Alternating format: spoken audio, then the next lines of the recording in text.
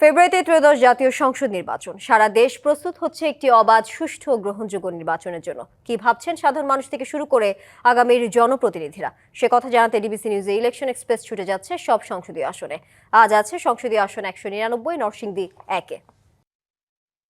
বিজয় দিবসের শুভেচ্ছা জানিয়ে শুরু করছি সিএসআরএম ডিবিসি ইলেকশন এক্সপ্রেস। আজ আমরা রয়েছি সংসদীয় আসন নরসিংদী 1-এ। আমার সাথে আজকের এই অনুষ্ঠানে অতিথি হিসাবে যুক্ত হয়েছেন ইসলামী আন্দোলন বাংলাদেশের মনোনীত প্রার্থী মাওলানা শওকত হোসেন সরকার। তার কাছ থেকে জানবো তার নির্বাচনী পরিকল্পনা কি।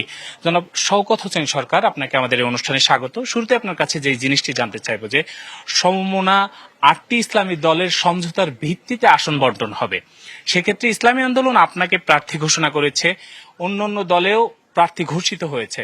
আপনি যদি চূড়ান্ত প্রার্থী ঘোষণা হন কিভাবে কাজ করবেন, আর যদি অন্য কেউ এখানে 8 দলের পক্ষ থেকে প্রার্থী ঘোষিত হয় তাহলে তাদের পক্ষে আপনি কিভাবে কাজ করবেন?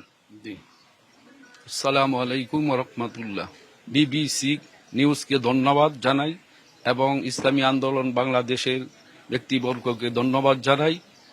ইসলামী আন্দোলন বাংলাদেশ যে জোট করছে 8 দল, এই জোট থেকে আমাকে যদি নমিনেশন দেয় এবং নরসিংদী সদর 1 আসন থেকে আমাকে অনুমোদন দেয়, আমি ইনশাল্লাহ সব দলকে নিয়ে কাজ করব ইনশাল্লাহ। অন্য কাউকে যদি দেয় সেক্ষেত্রে আপনার কি হবে? তাদের পক্ষে আপনি কিভাবে কাজ করবেন? 8 দল থেকে অন্যকে যদি কেউ দেয়, আমিও ওই 8 দলে যাকে দেয় তার পক্ষে কাজ করব। নরসিংদীর ভোটারদের জন্য আপনার পরিকল্পনা কি? ভোটাররা যদি আমাকে নির্বাচিত করেন, আমি ভোটারদের তাদের নিরাপত্তার ব্যবস্থা করব। চুরি ডাকাতি যাতে বন্ধ হয়, সন্ত্রাস বন্ধ হয় এবং মা বোনেরা যাতে নিরাপত্তা পায়, নিরাপদে মানুষ বসবাস করতে পারে এবং নরসিংদীতে রাস্তাঘাটের যেই সমস্যা আছে সমাধান আমি করব ইনশাআল্লাহ। এখানে একটা মেডিকেল কলেজ দরকার, মেডিকেল কলেজ ইনশাআল্লাহ আমি করব, আমি যদি নির্বাচিত হইতে পারি।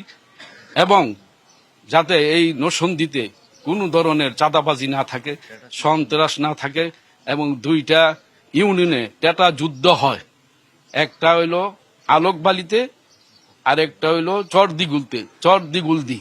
এই দুটোটা ইউনিয়নে যাতে টেটা যুদ্ধ না হয় আমি ইনশাআল্লাহ বন্ধ করব। নারীর কর্মক্ষেত্রে চলার স্বাধীনতা নিয়ে একটি বিষয় আছে যে ইসলামী সরকার যদি আসে সেক্ষেত্রে সংকীর্ণতা হতে পারে, বা তাদেরকে চলাফেরার ক্ষেত্রে বা কাজের ক্ষেত্রে একটা বিধিবিধান বেঁধে দেওয়া হতে পারে। আসলে কি এরকম কোনো কিছু হবে কিনা আপনারা যদি ক্ষমতায় আসেন? নারীরা যদি ইসলামী দল ক্ষমতা আসে, তো ইসলাম তো শান্তির ধর্ম। ইসলামই একমাত্র নারীদের অধিকার দিছেন, যাতে নারীরা নিরাপদে থাকতে পারে, কোনো ধরনের নারীদের উপর অত্যাচার অবিচার না হয়, স্বাধীনভাবে বসবাস করতে পারে। এই জন্য ইসলামই একমাত্র তাদেরকে এই ব্যবস্থাপনা করে দিছেন। অন্য কোনো আপনার কাছে আরেকটি জিনিস জানতে চাই যে নির্বাচনী প্রচারণার ক্ষেত্রে বা নির্বাচনের এই মাঠে আপনি কোনো প্রতিবন্ধকতা দেখছেন কিনা? এখনো আমি দেখি নাই। অসংখ্য ধন্যবাদ আপনাকে আমাদেরকে সময় দেওয়ার জন্য।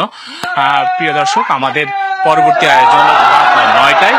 সে পর্যন্ত সবাই সিএসআরএম ডিবিসি ইলেকশনের সাথে থাকুন।